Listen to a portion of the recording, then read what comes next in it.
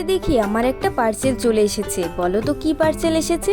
আমিও জানি না। চলো এটাকে আগে খুলে নি, খুলে দেখি এর মধ্যে কি আছে। তোমরা কি ভাবছো আমি মেকআপের জিনিস অর্ডার করেছি? একদমই না। দেখতে পাচ্ছ এখানে কি আছে? এটা হচ্ছে ফোনের ব্যাক সাইড। এবার বলো তো হঠাৎ করে আমি এটা কেন অর্ডার করতে গেলাম? তার কারণ আমি অনেক দিন থেকে আমার ফোনটাকে নিয়ে একটু ভুগছিলাম। বলতে পারো আমার ফোনের একটু শরীর খারাপ ছিল। তো তোমরা দেখে নাও আমার ফোনে কি হয়েছে। সাইড দিয়ে দেখো কেমন যেন ক্রাশ খেয়ে গেছে, আর এই সুইচ গুলো একদমই কাজ করছিল না। সাউন্ড বাড়াতে পারতাম না, আমি ফোন অফ অন করতে পারতাম। খুবই প্রবলেম হতো আমার, কারণই ওটা অর্ডার করা হয়েছে। এবার যদি একটু ঠিক হয়। কি ভাবছো এটা কে খুলে দিল?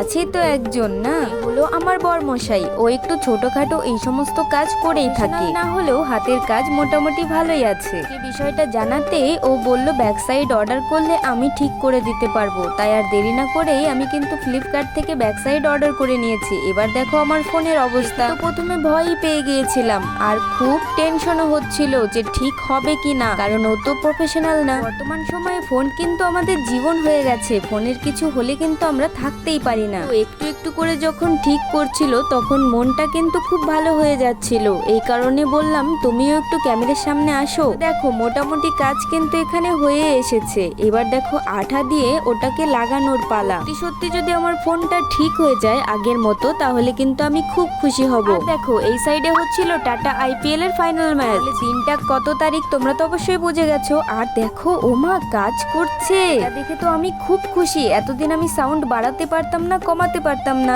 আজকে কিন্তু সাউন্ড বাড়াতে কমাতে পারছি।